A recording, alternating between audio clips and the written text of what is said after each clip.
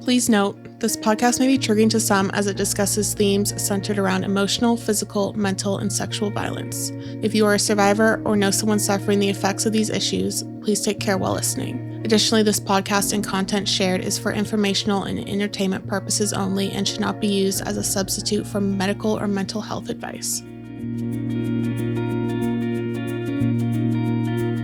Welcome to When Heaven Meets Hell. I'm your host, Allyn, and this is the retelling of my experience with narcissistic abuse and coercive control from my perspective. In this podcast, I unravel my storybook romance turned nightmare when an unexpected breakup revealed my fiancé's double life, including a massive web of lies, deceit, cheating, and betrayal. Together, with the help of world-renowned guest experts, we'll tackle the harsh realities of complex PTSD, trauma, and grief, illuminating these often overlooked issues and inspiring change for women facing these challenges.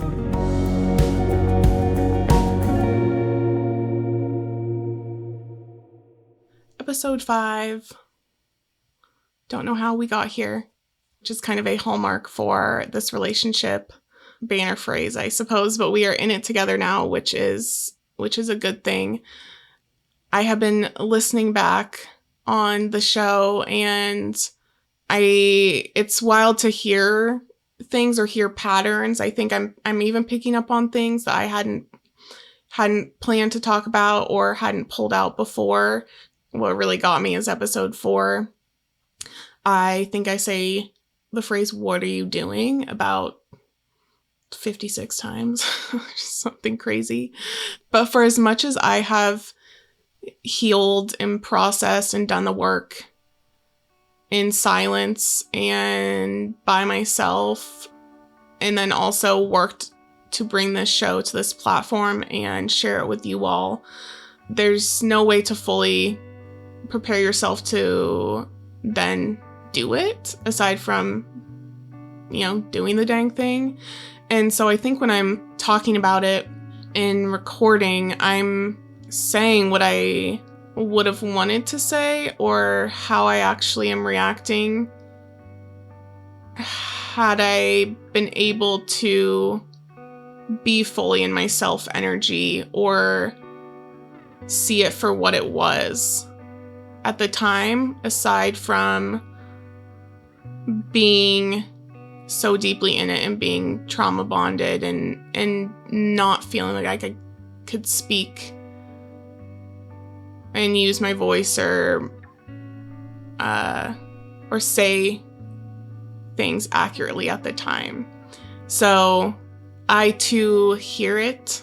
I hear all these things and I hear what it sounds like. And, there have been so many amazing comments, messages, conversations, and I thank every single one of you who has been listening, whether it's been one episode or the series. If you have reached out, left a review, anything, believe me, every single one of them goes into a folder that I am saving for just ever, because it drives and fuels me. And it's not even about words and validation, but just getting this out there to people and even having the impact on one person, helping one, makes my experience worth it. And so thank you all for that, truly. And there have been, like I said, great conversations, but I had an amazing one with one of my dear friends, and she said, "You're doing such a great job. The show's amazing." And she said, "I have to tell you though, I caught myself judging you." And she said, "I know you so well, and it just is really weird to listen." And I said, "I fully know and I fully understand that." And she said, "I just was listening and I'm having a hard time with how this happened to you and how you were in this, and it's just hard to hear." And I said, "Hey, I'm the first to judge myself. I have shamed myself the whole way through. I still feel the shame and guilt, especially in putting myself on a public platform. I know what this is like. And I get it. I hear it." And she said, "But there's a but to it. And I said, okay. And she said, but I know that that's how I've been trained to think, is to look at that. And she said, if I look at your story and I just think, oh my gosh, how were you in this? Then I'm missing the whole point of it, which is, you sharing your story for a reason. And we had a great conversation. That conversation made me a better person. And I'm grateful for that. Was it stretchy to hear your friends say I've judged you, even though I know everyone probably is, and I'm doing it to myself? Yes, but I'm so grateful for it. And I think the but of this conversation is super important, because if you stay in a place of judgment, you never enter a place of curiosity or openness to exploring the why, which is what this series is about, and learning how to provide survivor support. So it's not the why did she stay or why didn't she see this, which we've proved are bogus questions due to the tactics used by these predators, but it's why does he do it? And so I just want to kind of open up that perspective for you guys going into the next few episodes as well. There's many ways to look at it. And I open up that viewpoint for you guys. For this week's episode, we are dropped into his birthday week, which there are many synchronicities in this story, this being one of them, that we are talking about this at this time. I think Taylor Swift has a song about being a mastermind or something, and you Swifties can kind of run with that one, but timing is everything, I think, and so have fun with that. But we are going into this, and at this time I was fully trauma bonded. I mean, this happened so far before this, but as Dr. Nadine talked about in the past episode, really the 70% being bad, the 30% being good, and the cognitive dissonance of ping-ponging mentally all the time. You guys heard me say, I made a pro-con list, but I was still showing up for things, and I, was just having a hard time. But 70-30 is you hear that and you're like, okay, well, that's not a good split, but the 30 is intoxicating, and you have this strong bond and strong sense of confusion. And as we see with the cognitive dissonance, it really impacts your executive functioning. And so I felt that very heavily. And I'd be interested to hear from other survivors who have gone through this with any form of pre-existing chronic illnesses as well. I think that really primed me for going about this in a different way, or having just a tougher time, perhaps. But as you heard in episode 1, a bit about my chronic health issues and journey, but day to day is a conscious effort for me as to how I manage and how I go about my life and use my energy. And we really, really quickly, because there's so many things to touch on, but there's spoon theory in the chronic illness community, which is a metaphor that describes how people with chronic illnesses use their limited energy to manage daily activities. And the idea is that each activity requires a certain amount of energy or spoons. And with chronic illnesses, you have just a limited number of spoons. So it's kind of like you're kind of rationing out things, and you need to plan how much you're gonna give to the mental load of things, and you just need to be very conscious of it. And I've learned over the years how to do things and what I give my energy to, what I don't, where my boundaries are at. But with this, I think that just blew things out of the water for me. My focus obviously shifted, but where my energy went was a lot different mentally and emotionally, and then physically. The impact on my body was just vast. My pain was unruly, I feel like, which is to be expected. And I could and probably would and should do a lot more on this, but I was just primed to go through this differently, is what I can say. So I feel like going into this portion of the relationship and the show and where we were at with things, we were engaged, we were fully integrated, planning a move. We had been together for months and months, and I was rolling in on fumes and a spare tire, and there were just little, wires hanging out and everything. I feel like that was me and where we were at. And so I went out for his birthday. We had the same kind of cycle of airport pickup, dogs, food run, cabin.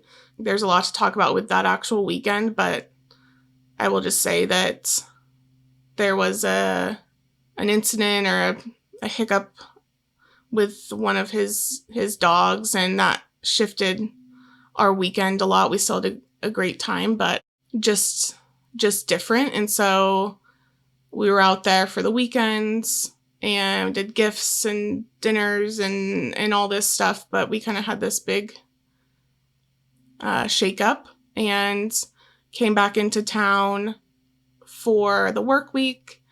And I dropped him off at work, took his truck, and was doing my life. And he texted me later in the day and said, hey, because we had dropped the dogs off at his house, and he said, can you go and give the dog his medication and leave it there? It turns out that we left the medication in the truck, and he needs it. He needed it every certain amount of hours at this point in time. And I am not going to do something for an animal, and I also love those dogs. And so I said, yes. I was so shocked that he asked me to go to his house and into his house. At this point in time, I had never been into it. I'd only been by it. I also knew that his ex was in town, around. I didn't know details, as was kind of the standard of things. Anytime I would ask, I would get stonewalled a bit. At this point in time, I feel like I reached my limit on how many questions I could ask. It's kind of like I got to ask all my questions at the start and get as many answers as I could or wanted, and then there became a point in time where that was that, and that was enough, and he switched into, I've already told you this upsets you, we're not talking about this anymore. And so that was kind of that conversation. So I just knew not to ask much anymore, even though I kind of still would push on things a little bit, and just see if I could ever get a different answer or catch something different or hear a different fact or learn anything else. So all I knew was that she was in town, but I went and pulled in the driveway and no cars were there. He told me how to get in, and I knocked on the door and no one answered. And it's just a really bizarre feeling. It's not like you're going into this safe space, your partner's home. It's not, I felt like I was doing something wrong, even though I was asked to be there and had consent to be there, I suppose. But I went in, and it's just a dark hallway, and it's empty feeling and hollow and eerie. There's his shoes and her shoes and kids' shoes and a scooter, and I just go, oh gosh. And I take some steps in and I go, okay, this is everything I thought and nothing that I thought. And it's what I've seen on FaceTime, but it's also much more of an integrated life. And I just remember thinking she's very comfortable here. There's no signs of packing. There's no signs of moving. There's no signs of separation. It's what I've seen. It doesn't look like a home at all. It feels very disjointed. Didn't feel there weren't, it's not, photos of us and things like that or anything, but it just felt cold, I guess. But there was a grocery list on the fridge and there's eyelashes on the counter, and I'm like, this is not just a place she's crashing, which is what I had been made to kind of feel. And so I gave the dog his medication, and you had to wait 10 minutes. And what do you do with 10 minutes? And I just remember standing there, and it's kind of like I walked around, just, I guess you guys can't see me, but just with my hands up, like, don't touch anything, you just don't do anything. And there's a staircase, and I remember I just always felt like someone was gonna come out, like, especially seeing the eyelashes on the counter, and I was like, is someone home? I don't know. And I remember I stood at the bottom of them and I just said, hello? And no one answered. And I tiptoed up there, and it's dark, and you're like trying to control your breathing. I feel like I'm doing something so wrong, even though I'm supposed to be there. And I just walk up, and it's a woman's room, and it's kind of what I've seen, but it's far messier, and there's far more stuff in there. And then I see his bathroom and his room, and it's very separate, and it looks like, okay, what he's told me, that they aren't together, they aren't, living together in that sense of sleeping and everything. And I remember I just went in his room, and I just stood there and looked. And there's just, it's a guy's room. There's just, clothes and crap everywhere. And I went downstairs. I gave the dog his other medication, and I fed him. I gave him a kiss, and I left. And I texted him, and I said, it's done. He said, thank you so much. And I went and picked him up from work later, and we had dinner and a nice night, and we didn't really talk about it at all. And I just felt sad that he was living in that environment. It was so confusing to me, but it also just made me really sad that he was in that space, because it was empty.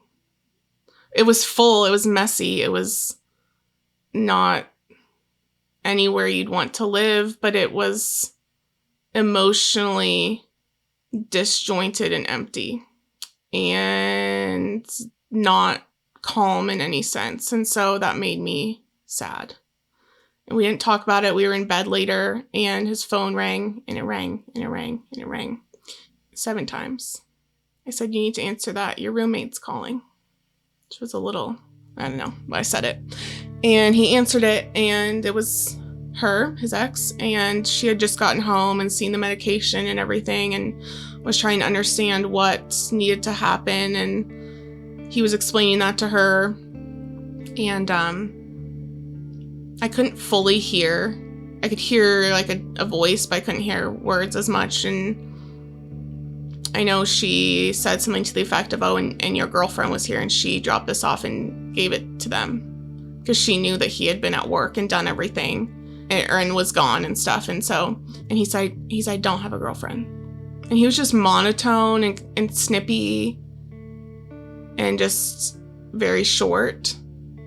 So I wouldn't say he was aggressive at all, but he just was dismissive of her. And so I hadn't ever been spoken to that way from him before, but it wasn't like, oh, you're being super awful. I also was like, yeah, if I got called 7 times at 11 at night, I'd be annoyed. But he's like, I don't have a girlfriend. And a few times, I don't have a girlfriend. And I didn't really register, or because it was always a narrative of kind of like, she doesn't know anything about you. I didn't want her to know anything about me. I didn't want her to know my name or anything, because the narrative was always, you don't want to come across her, even from friends at the wedding or family, anything. It was just stay away. You don't need to engage. And so not only was I hearing it from him, family, friends, I'd also seen her behavior and heard it on the phone before. And so I didn't want any part of it. You hear the word crazy and that's a flag without a doubt, but I just wanted to be removed from it, I suppose. And so, especially after having seen it in a sense. And so he said that and it didn't register. But then I also thought, oh, that's kind of odd, because he told me that she won't move out because she knows that he has a girlfriend. So it didn't fully add up in the moment, but we rolled over and went to sleep.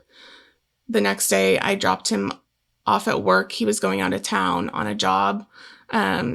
He was gone for a week. A lot happened, or would happen, I guess, when he was gone. We didn't talk a ton. And there's a lot to highlight. The only thing I really want to highlight that will come up later for you guys is that when he was gone, there were usually 2 of them on these jobs. This job in particular, there was just him. But in general, we wouldn't talk a lot. There was usually not great service. He'd work super late hours and then say, I'm going to shower, go get food, go to bed, whatever. But I would usually see his location at a bar or something, which I kind of knew what that was. But this time in particular, when I knew that he wasn't with a coworker, I wanted to talk to him more. I knew he would have more free time. And so I just kind of felt odd too, knowing where he was and knowing his location of just where he was that time, I suppose. He got back to his hotel and I just felt odd. My intuition was off. He sent me a photo. He was telling me about his hotel room. He was into a feature of it. He sent me a photo and I said, well, I want to see you. And he sent me a photo of him and I did, girl magic on both of those. Girl magic, detective work. I didn't see anything. There was nothing. I just felt off. I was just like, there's something that there wasn't. I mean, we talked for a long time. We sent photos of the summer back and forth, like cute ones of everything we'd been doing, and we had fun, and that was that, and that was our night. But I just felt odd about it, I guess, and that's all I can kind of say about that, and I'll explain more about that to you guys later. But my intuition was heightened, I suppose. And he was supposed to come home earlier on that Friday. He ended up calling and saying, I'm not going to make it in time. We were supposed to be going to his family's cabin. And he said, I'm not going to make it. And I said, okay, well, I don't know what to do. I said, I guess I'll go stay with your parents or get a hotel. And he said, just go stay at the house because she is gone. She was going out of town again. She would kind of flip-flop her time. And so after having previously been there, I knew it was not a place that I wanted to be. But I also felt like, yet again, he's letting me in maybe a little bit more like we're making progress. And also we need just a normal, quote unquote, normal weekend. Like we need a sense of normalcy in this relationship. We're always traveling. We're always going. And I felt like we needed that a little bit. And so I waited it out as long as possible. And then I went. Again, there were no cars in the driveway. A rainy, cold fall night. And I knocked on the door again. No one answered. I went in. Same thing, dark and everything. And I remember I brought my bags in, and you just kind of stand there and it's like, what do you do now? He's not home for a while. This is not his place or a place that I feel like I can settle in. And had this been my partner's actual home, I would have totally cleaned and organized and done my Allyn thing. But it's not, and it's hers as well. And it's not my place to touch anything or do that. And it also just felt suffocating. And what do you do? So I was there with one of his dogs at that point in time, and I'm just looking at her and I'm like, what do we do? And so I went up to his room and did the only thing I could think to do, or that would kind of keep me distracted. And I was like, okay, I'm going to clean his room, which just makes me sound kind of wild, I suppose. But I am a clean person, and I just kind of wanted it to feel better. I needed a little bit of a safe space. And so I wanted to do that in there. So I started pulling all the dirty laundry out of his bin and pulling the sheets. I was like, I'm at least going to make it nice for us this weekend. I bent down to pull out from under, I called it his Shrek bed. It's this humongous wooden monstrosity of a bed. It was super tall, and I bent down to pick up laundry, and out with it comes a piece of red lingerie that is not mine. And I stumble back, I drop it, stumble back, and I just sit there and look at it.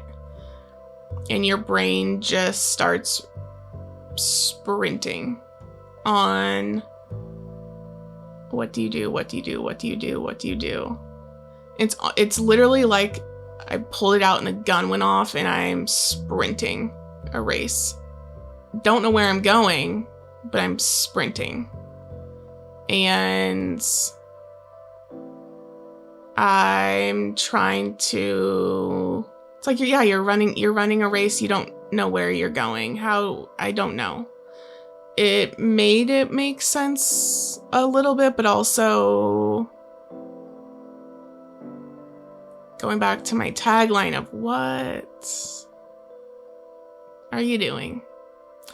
And, you can say, okay, well, it's not that surprising. You're sitting in your boyfriend's house that he's sharing with his quote unquote ex-girlfriend, and it's not the craziest thing. And I get that, but I also just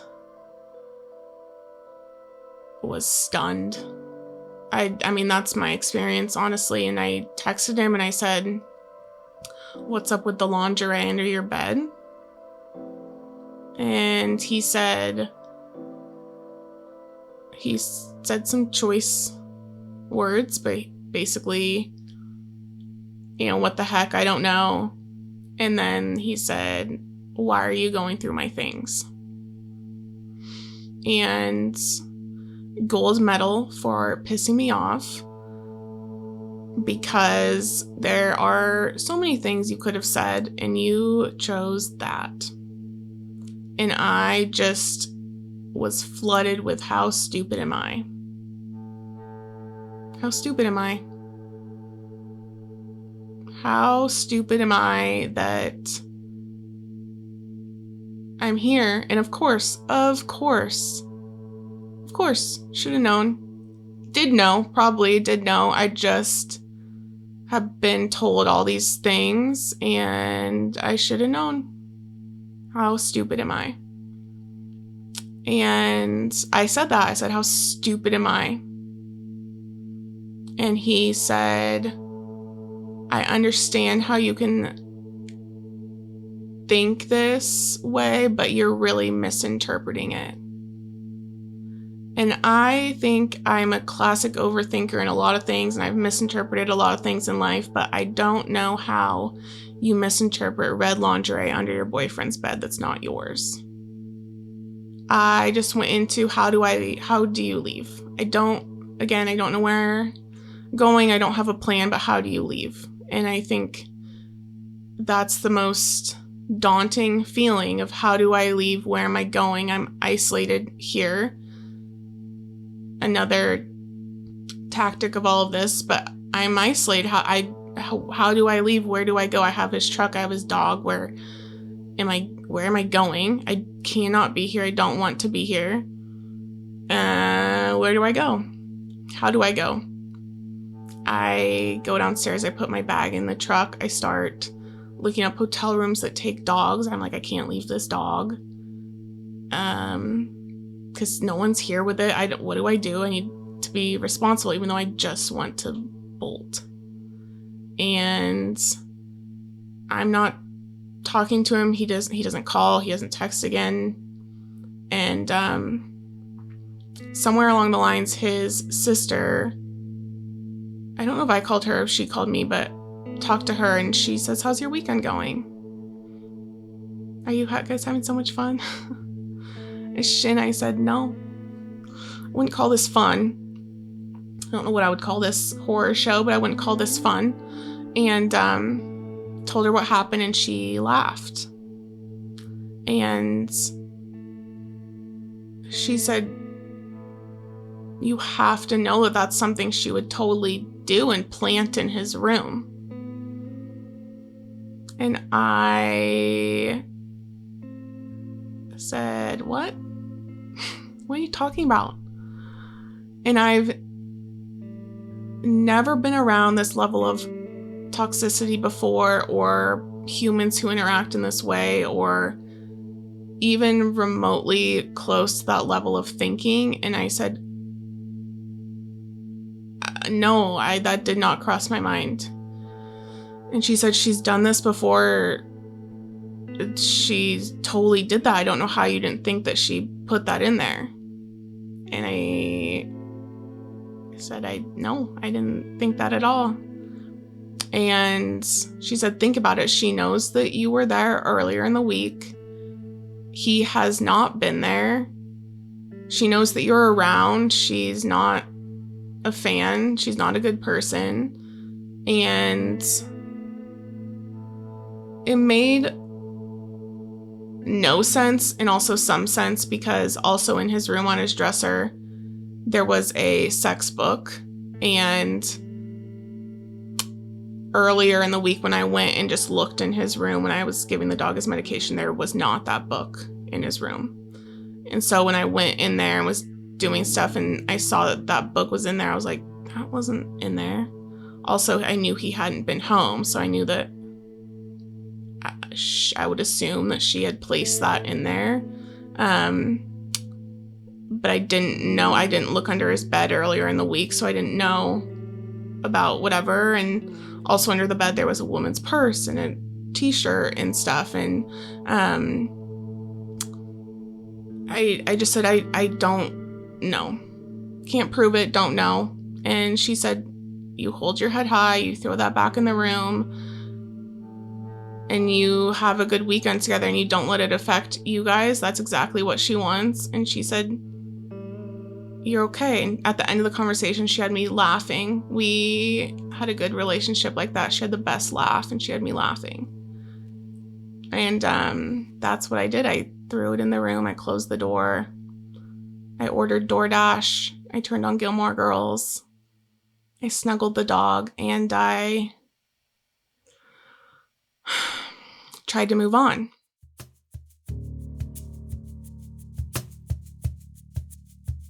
Love what you're hearing? Leave us a review. If the When Heaven Meets Hell podcast has resonated with you, left an impact, or sparked any type of feels, I'd love to hear your thoughts. Your reviews help spread the word, reach more people, and continue the mission of breaking cycles and empowering women. While I started this show on my own, I know I am not alone. This one's for the girls, as they say, and every form of conversation, review, and sharing helps to reach another sister experiencing the same and spread the message that these behaviors will no longer be tolerated. So take a moment to leave a review on any platform you may be listening on. It makes a huge difference, and your voice does matter. Thank you for being part of this community and for helping others discover the power of these conversations. I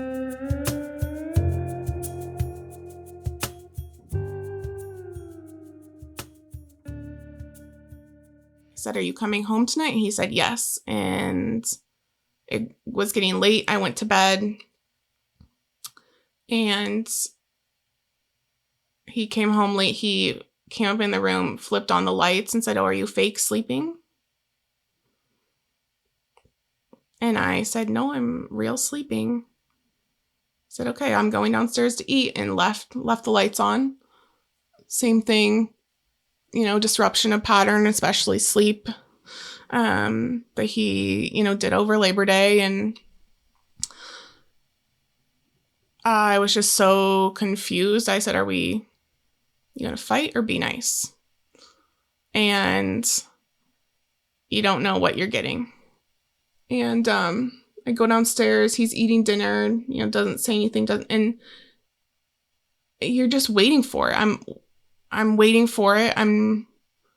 This big thing just occurred. It's not a nothing, and you're not saying anything. And he eats. He's going through birthday presents. I'd gotten him another very large, very nice present earlier in the week that, in retrospect, I wish I didn't get him, but I had already purchased it. And he gets it. He's like, "Oh, you're crazy. This is amazing." He's so excited. So now he just gets a present for having another woman's lingerie around. And goes, "You want to talk about this now or later?" I said, "I think later because it's late. I'm tired." And he goes, "Yeah, I think maybe now." And so I said, "Shoot, okay." And we sit down on the couch, and he said, "So what's the deal?" I said, "Well, I'm just really confused. I need you to explain this to me." And he said, "Well, this is what she does. She just throws things in my room that she finds that I've given her before that she doesn't want anymore." And I was just, it doesn't excuse it. I don't understand it. And we got into this whole roundabout. We just went merry-go-round. Merry-go-round, merry-go-round, merry-go-round. And he says, I told you this is my life, and if you don't want to be part of it, you don't have to, but it's not changing." And I just jaw dropped, and nowhere did you ever say that. Also, this was never disclosed as your life. You always told me that you were single, and this was never part of it. The goalpost has always been changing, which is another tactic, but this was never anything. So don't flip this around on me like that. And he said, "You don't have to be here. You don't have to do this." But so flips it on me that I'm, choosing, and it's not gonna change. And I just was so stunned. And when did you say this? When has this ever been discussed? And he just is like, "This is nonchalant. We've talked about this. You knew this." Making me feel so dumb. And we're going nowhere. And he's so calm, collected, and I'm upset. And it's just a total disregard of his behavior and a downplay of my experience, but also an upgrade of my emotions, and just really riling me up in that sense. And I finally get up and I just go to walk away, and he goes, "Oh, yeah, there you go, walking away." And I couldn't say, "We're not going anywhere." And so I go upstairs and get in bed, and he comes, he gets in bed, doesn't brush his teeth, doesn't shower, doesn't anything, comes, gets in bed, and we go to sleep. the next day it was nothing. He joked. He tried to give me the shirt. He said, "Do you want this shirt? It's really cool if she doesn't want it." Tries to give me the shirt that was hers. He said, "It's super cool. She never liked anything I bought her." I said, "No, absolutely not." There's freaking no words for that, honestly. Tries to give me the shirt, and I said, are you okay?" And he said, "Yeah, what are you talking about?" And it's total, you are just gaslit like nobody's business. And this is this is a classic tactic that is used, as also just made to feel like you're overreacting to something that has happened. And he said, I really don't harp on things. And I said, "Oh, okay. It's a new day." And okay. And I knew that we would need to talk about it more, and we would, but I just was so confused and wanted it to be calm, and we had a whole weekend ahead of us.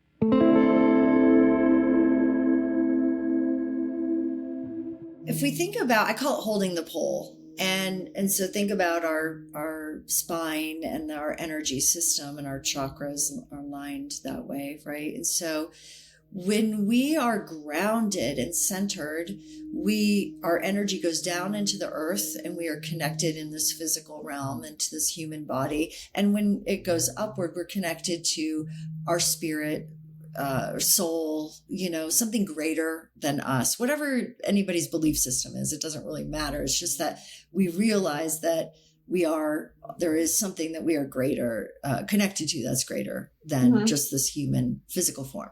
Yes. And so when we connect vertically like this, and we get centered and deep, that is part of how we can not get pulled off the pole, right? Okay. People who don't have a strong sense of self, which, believe it or not, that is one of the things with the narcissists, that they don't have a strong sense of self. It seems like they do because of the way that they come across, but it's actually very shallow. And so they're working really hard to create horizontal connections. They're getting their energy. So if we're getting our energy this way, we're getting the energy from the earth at a physical level, energy from spirit, and we're like, again, we're centered. Somebody who is moving horizontally has to get their resources from other people and other situations. And one of the ways that they'll do that is they will provoke people to feel the things that they can't feel themselves. So I remember I was dating, I used to call him my first narcissist when he was 25, but then I realized much later that, with emotionally immature parents, that at least one of them is a little bit closer to the narcissistic. Okay. Literally meeting criteria for it, not just saying that as a blanket term. Yes. Which is important. And yeah. And so, he would do things like he couldn't deal with his own sadness. And so or shame. And so he would say things to provoke me, and then I would cry on his behalf.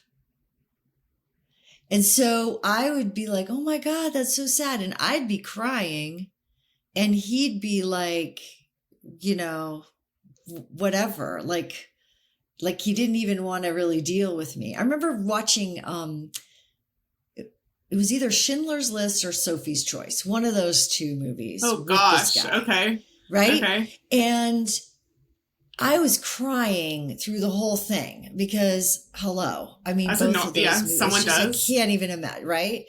And he was just kind of looking at me, like kind of laughing, almost like he was better than me because I was feeling something. Mm-hmm. And I remember that, and he would do things like that, like start little arguments or provoke me and I'd escalate. And then I would look like the one who was emotionally unruly, emotionally unhinged. And it was so confusing. And that's part of that horizontal thing is they're like, I don't want to feel what I'm feeling inside. Oh, I bet I can get them to feel it. And then what happens is you become the release valve, or, someone else becomes the release valve for their own unrecognized, unaddressed, unhealed pain. Interesting. Okay. Does that make sense? 100%. I just had this vision because this is kind of what happens. We're talking and then I get a visual of what it looks like. And, you're having this discussion with him and he's like, oh, okay. You're just going to get up and walk away. I see all that, right? Like, yes, it's like a wall of smoke and one-way mirrors. Yes. So the smoke is this like, like you get foggy. You're like, what? Whoa, I thought we were talking about this. And then the one-way mirror is, if you've, think about it. I was looking at these kids looking in a one-way mirror the other day at a grocery store and I was laughing with my daughter. I was like, I bet there's somebody on the other side of that one-way mirror who's looking at these kids look at themselves right in the mirror. And I'm probably laughing because the kids are making faces and stuff. But think about it. You're on and again, this is just coming in and I don't know if it's fully this exactly, but it's like he's behind that one-way mirror. He's hidden, right? I like that. But he knows you're looking in the mirror going, I'm a good person.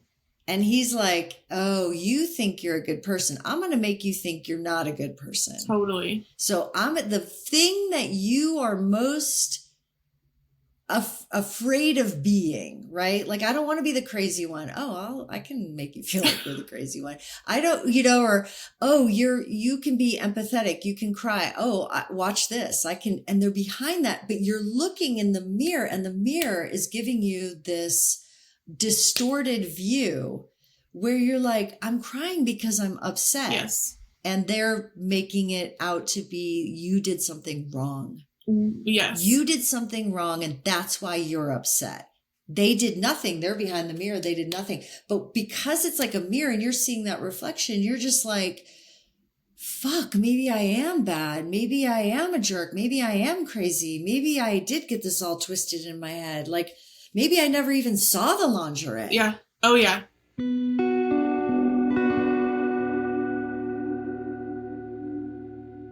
And the weekend was bizarre. I call it just an immersive experience into what living with him would have been like. We went to return his work vehicle. On the way back, he said, I need to go stop here and I'm going to place bets. It was football season. That's the first time I had ever realized or knew that he was into gambling or placing bets, but he kind of outlined his whole practice, I suppose, with that. During that weekend, we went, and I didn't ever go in, but he did it 3 times, but was always like on his phone checking stuff. I also, really bizarre, it sounds dumb to say, but like I caught him playing Call of Duty, which is, it's just these things that he said he never did, but then ended up doing. And I'm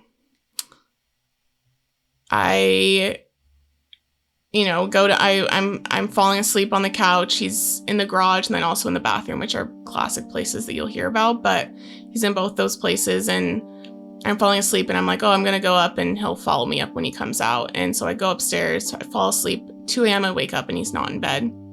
And I walk downstairs, it's dark, the TV's glowing and I hear voices and I'm like, oh no, what am I walking into? And I get to the bottom step and I look and he looks at me like I just caught him watching porn or the worst thing ever. And he doesn't say anything. And I just said, are you coming to bed? He said, yeah. And I just remember I turned up to walk upstairs and I said, oh no. It's like I was with him and I was finding out all these things that had been hidden or not disclosed, or I didn't know about because we were always on the road and always doing other things. And I fell asleep. He didn't come up. He came up hours later. And in the morning, he got up early, and I said, it's really early. You didn't go. I mean, how are you? You've been asleep for like 3 or 4 hours. I said, oh, I'm just going to let the dog out and then I'll be back. And he didn't come back.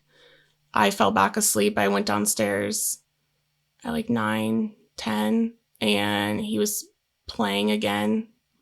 All dark, all the shades are closed. It's like this cave, this little hole, and he's playing. And I realized that this is something more. And I went and took the dog on a walk, and he's still playing. And I started realizing these habits. So we have the gambling, we have the gaming, we were watching football that day. I'm laying on the couch, and he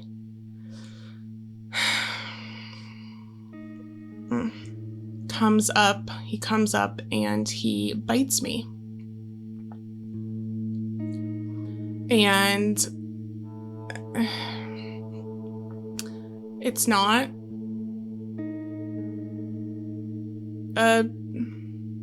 gosh, what do you even say about that? I was stunned and shoved him off, and same thing as when he started biting during sex. What are you doing? That you can't do that. And had it have been, and I hate saying this, but it's true, that had it have been, had he come up and smacked me or kicked me or punched me, I would have been out. And I guess I can sit here and say that's easy to say, but I also feel like those are clearer things. But coming up and biting, I mean, it was a full chomp, full mouth, full jaw chomp, and unprovoked, laying there, fully clothed chomp. And obviously it had escalated and been groomed somewhat because it had already started during sex months and months and months prior. And it wasn't all the time, but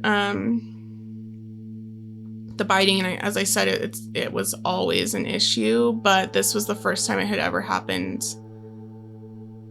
not in an intimate setting. And I mean, it just was like a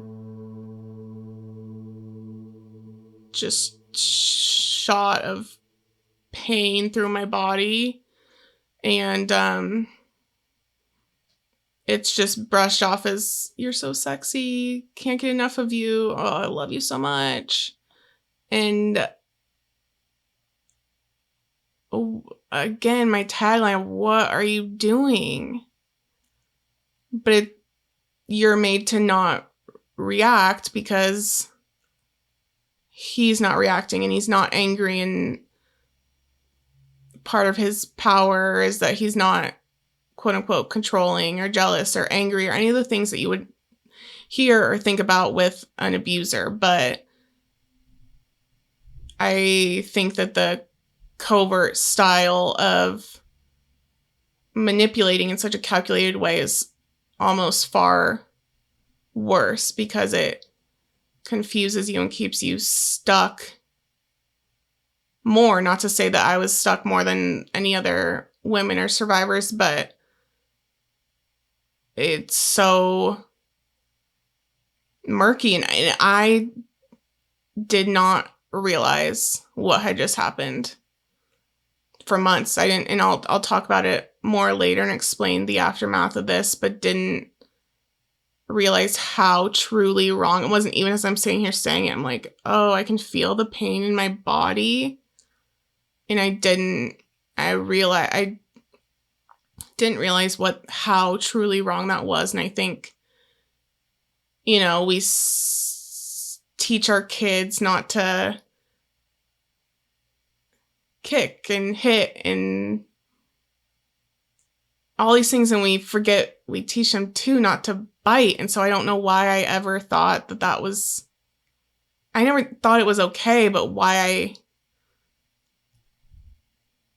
put it in a different category. But it's not in a different category. And with intimate partner violence, it's in the same category. And I guess I just want to make that very clear, that it's all the same thing. And so that happened, and it was just an aggressive weekend, I suppose. We would be in the kitchen cooking, and he would full hand, just as hard as he could, smack my butt.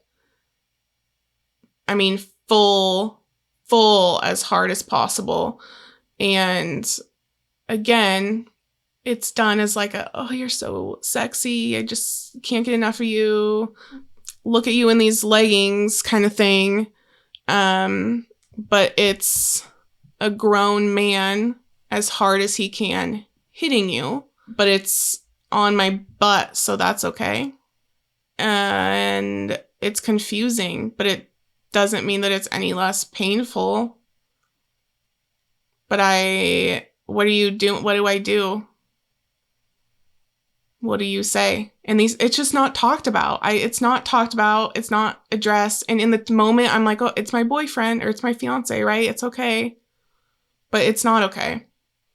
And that will never be okay. And I think part of it is you think about what it is and where it is. But if you think about these things on any other part of your body or with anyone else, it's not okay. And so that's another thing too, that I'm like, okay, well, he bit me, but if he hit me, that's not okay, right? And he smacked me on my butt, but if he smacked me in my face, that's not okay, right? And think about it. It's things that we need to think about. And again, it's all okay because it's not okay. It's not all okay, but it's keeps you stuck and confused longer because it's my fiance. We're in love. It's okay, apparently, but it's not. And that's not any form of love. That's abuse. And it should never, ever be tolerated. And so that would happen. We were dancing. He would flip me and smash me into the couch as hard as possible, but like be like, oh, it's a flip. We flipped. Like, that's fun. Like, haha, I did a front flip for you. Like, but I would just be like, oh, what just happened? And you're kind of scared, but you're kind of like, oh, I don't know. Or I'm in the shower and he dumps water on me. And seems harmless, right? Because I think my brother did that to me when I was younger. My friends did that to me in college. But the person that you love randomly doing that to you, it's weird. It's like I was being hazed. You're being groomed. You're being groomed with this behavior so that way when something else happens down the line, you don't react as much because, oh, I got water on me before, so this isn't that bad, right? You smack me on my butt, so that way later on when you smack me on my face, it's not that bad, right? It's grooming, but it's abuse, and it's not okay. So that was this weekend, and it was a lot. There's so much to get into. We were still looking at housing. He was calling, looking at housing. We were going through all this stuff. I mean, that's a whole other saga going on. And it was just left me fried. And he left for work. And I was flying out that day. I was flying home. And we said goodbye in the morning. And I had a while until my flight. My flight was kind of early afternoon, midday. And I just crumbled. I remember he left and I lost it. And I don't think I lost it because he left. I just lost it because I knew it was like, oh, I could kind of breathe because he was gone, but also I'm still in this house. This house is suffocating, and what do I do? And I didn't know how to get out, and I just had a massive panic attack, and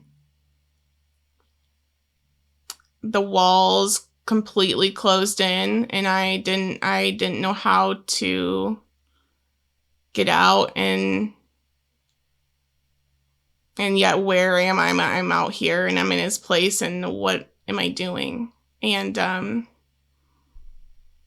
remember I called my dad and just crying, and my dad's like, oh my God, what happened?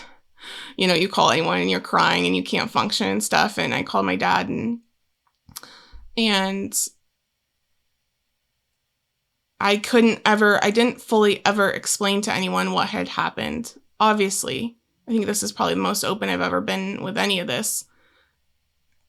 I'm not going to tell my dad I found lingerie at my boyfriend's house.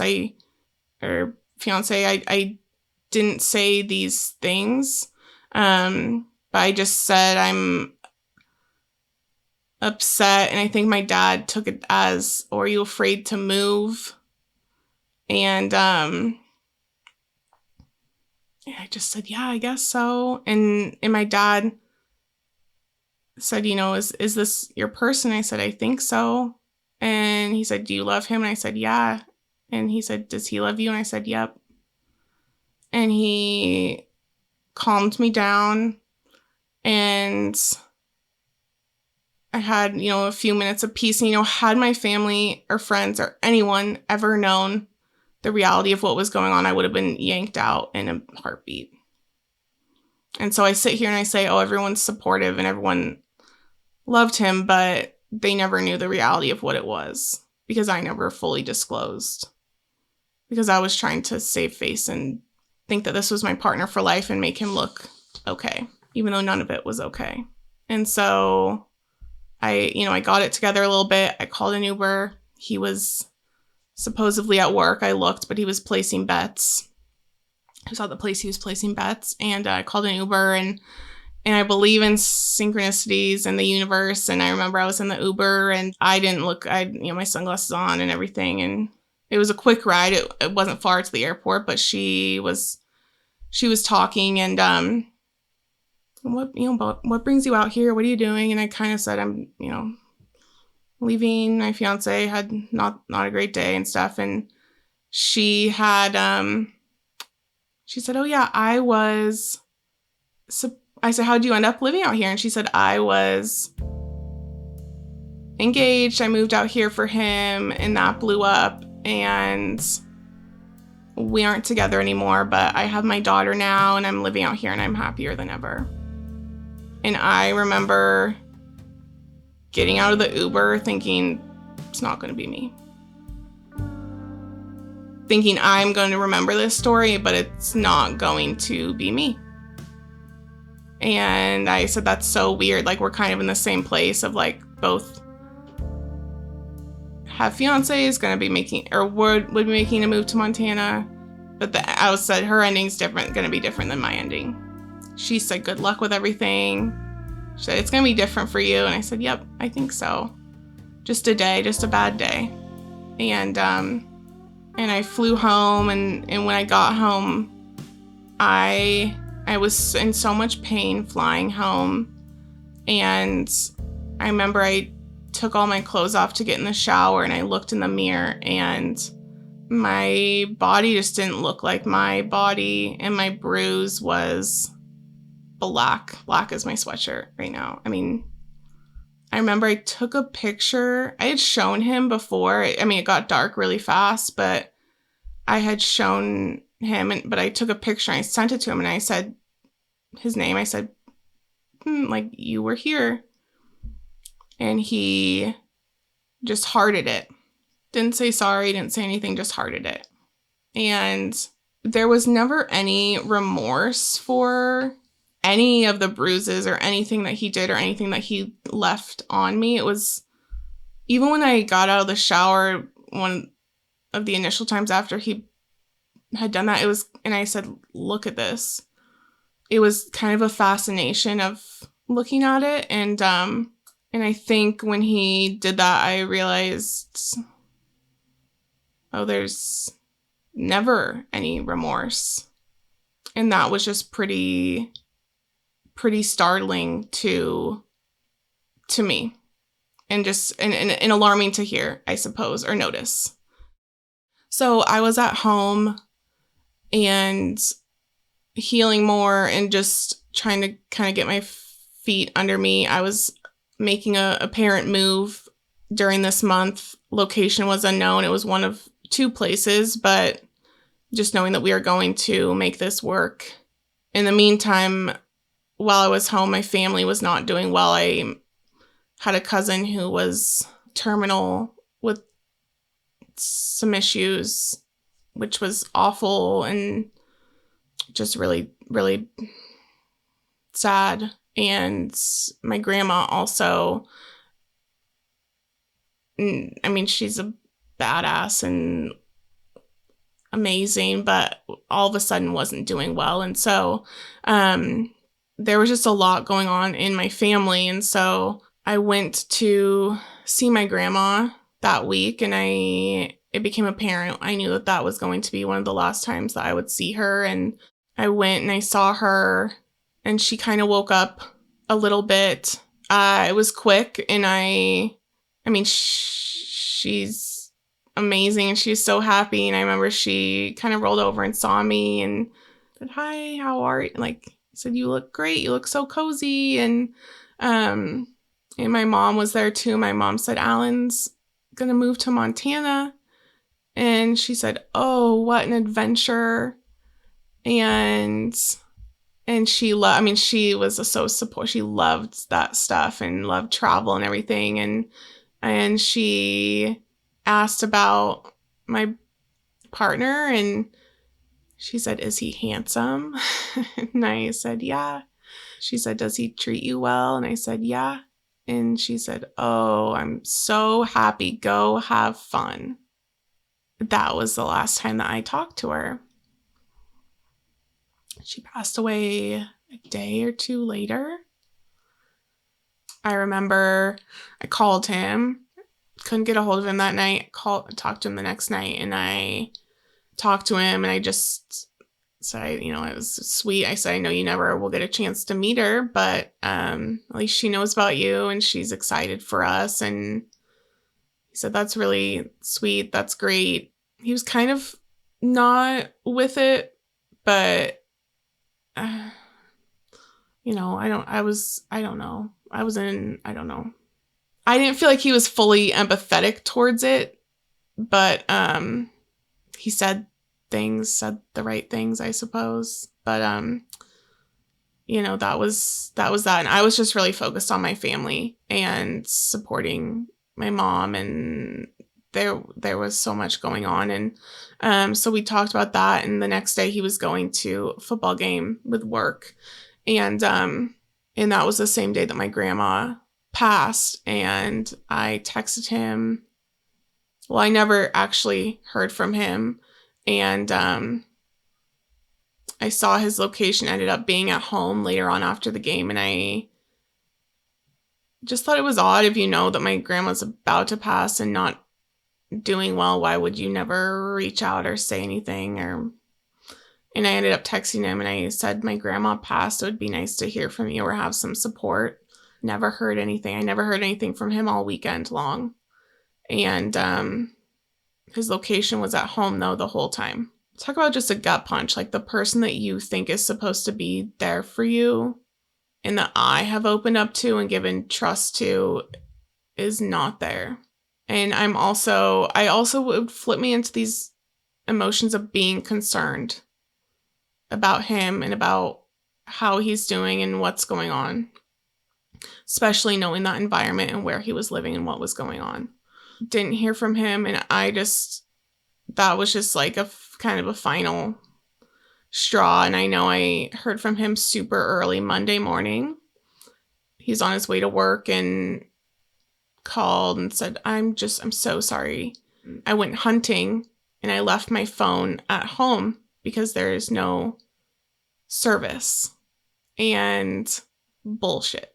Because bullshit. I come from a hunting family, done that all my life. Makes absolutely no sense.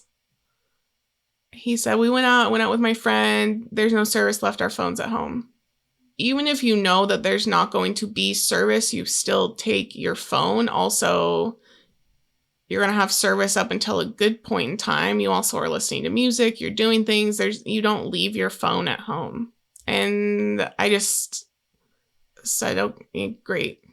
And so I'm so sorry, how are you doing? He's switched into the 30% of being really, kind and caring and how are you doing and stuff. And I was tired out. He woke me up. I was sleeping. I couldn't even fathom. And he'd asked for my address and my parents. I assumed he was sending flowers. Those flowers, I checked my door for days. They never came. I heard from his family. They sent nice messages. They were very kind. And later that day, it flipped back to being about him. And it was very, very short-lived and unfortunate, I guess. And I just wish that I had more support during that time, but I also was not surprised. I didn't know that you had also texted him on my behalf and you didn't hear back from him either, right? Right. After Mom passed, I just sent him a text and I wanted my focus to be on my mom and not him. So I wanted him to be aware that was going on and whatever support he could offer you. I just said, just in case you don't know, Allyn lost her grandma. So I hope you could be there for her, or so I don't remember what I said, but something along those lines, because I had so many priorities and so many places to be. So, and in hindsight, him not calling you and not reaching out that weekend it infuriates me because I wanted my focus to be on my mom, and he just created doubt and uncertainty and turmoil for you that you didn't need. And I didn't need, just by basically not caring enough. And then I think there was some excuse about, I didn't have my phone, or some stupid thing. I don't remember what it was, but he went hunting and left his phone at home. And I said, we're a hunting family. I said, no one does that. Yes, no one does that. No. And also his his location was always at home. Yeah. So it didn't. Yeah. None of it made sense. I have no idea what he was doing, and I can speculate, but I don't even care because it's not my focus. And the subsequent weeks, that was basically everything fell apart for you that month, and it all came to a head, and it was a really tough time because it took my focus off of, I wanted it to be on, taking care of things for my mom and things that need to happen. And it just was, it is what it is. Life hands you stuff and you can't predict the timing. You just have to respond to it and roll with it and everything like that. But you did hear from him.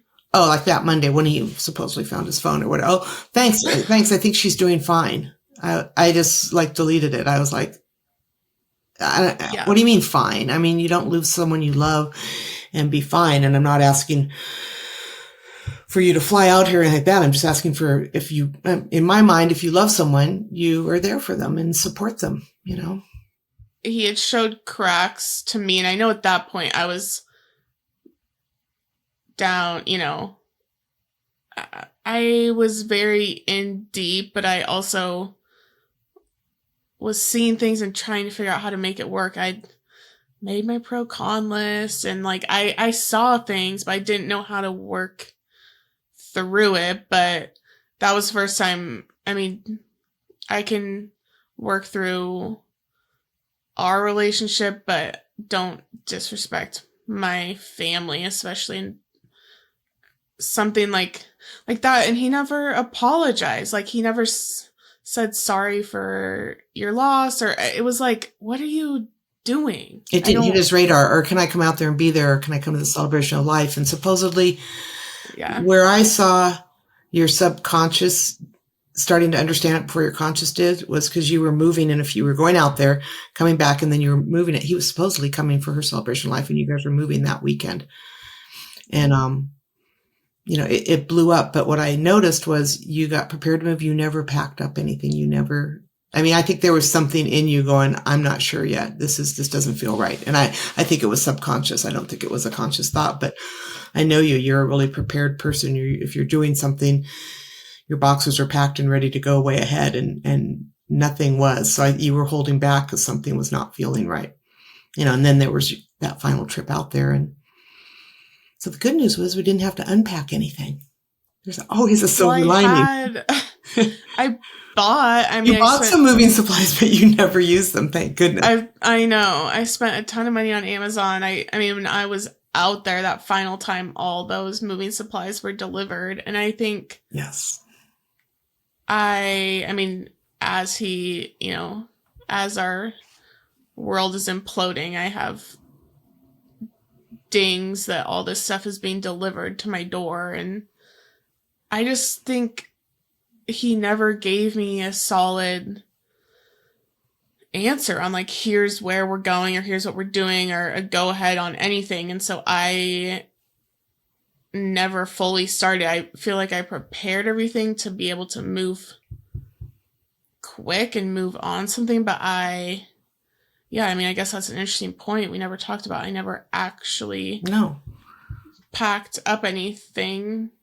Yeah. And I guess you're right. Yeah, I kind of probably... I don't know. I think it's your subconscious, but I mean, it's all speculation, and thank goodness. But yeah, I mean, I know you were supposed to move to another town and all this sort of stuff, and you guys were looking at things online, but somehow it never, he always had a reason. Oh yeah, let's go there. And then couldn't go that day or that weekend or whatever. I don't know. Mm-hmm. Always a reason.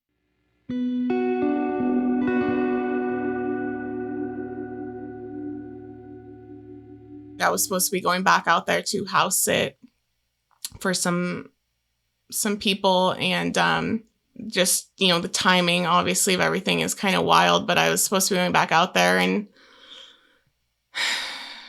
I was like, I'll just talk to you when I'm out there. I'll talk to you later. And I talked to him the night before, and he was in a really weird mood. He was not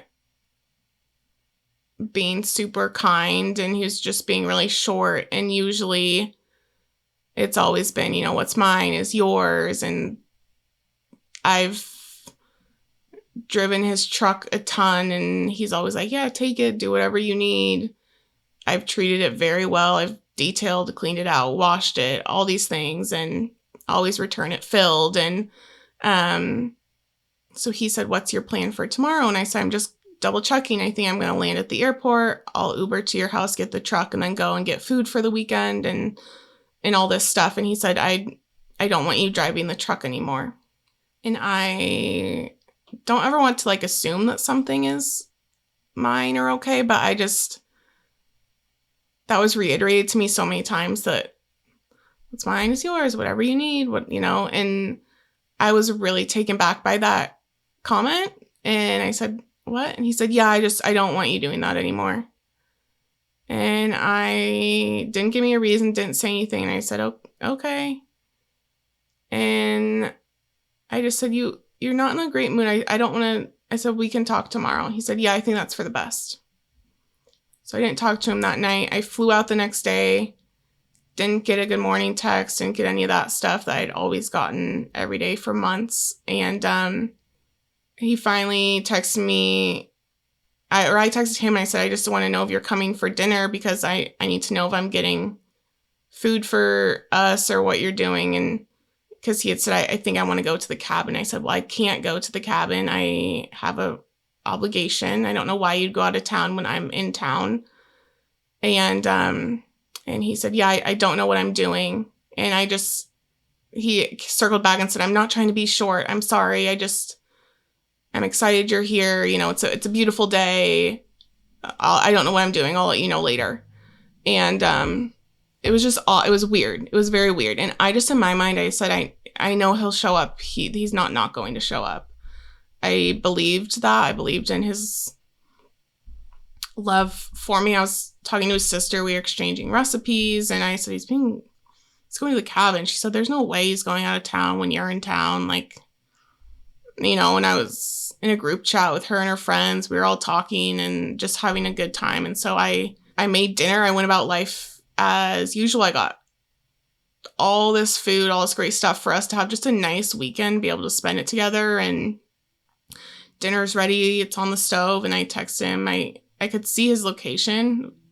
This makes it sound like I was like stalking him, but I would just check in when I wouldn't freaking hear from him. And I looked and he was like 10 minutes away at his house. And he texted me back and he said, babe, it's not you. You haven't done anything wrong. It's me. I feel like I got into this relationship too fast. And I think I need some time to figure myself out right now and figure everything out. And I just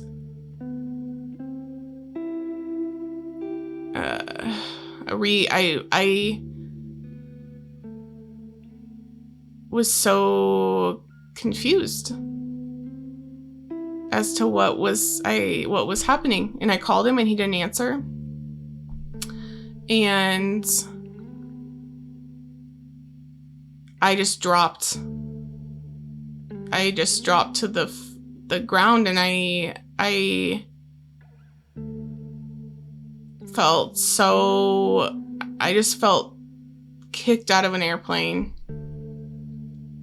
without a parachute. It felt like he just ping, see ya. And I couldn't wrap my mind around it. It's written so weird, you know, it says babe and it's not you, it's me, you know, classic, but I need some time. And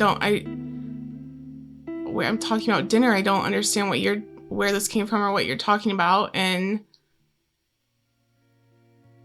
I told his sister, I said, I think he just broke up with me. And she said, there's absolutely no way he would ever do that. She said, he's so in love with you. And I texted him and I said, is this a breakup? I said, I guess I don't understand. And he said, I'm sorry, but yes, I think that's the best idea. And I couldn't comprehend, but also heard you loud and clear. And I looked at his location and it was gone, and he was a ghost. He's gone.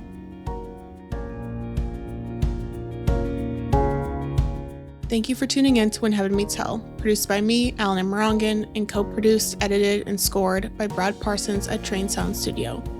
Although less than 1% of podcasts address domestic violence and survivor advocacy, When Heaven Meets Hell strives to change that narrative by raising awareness and promoting vulnerable conversations.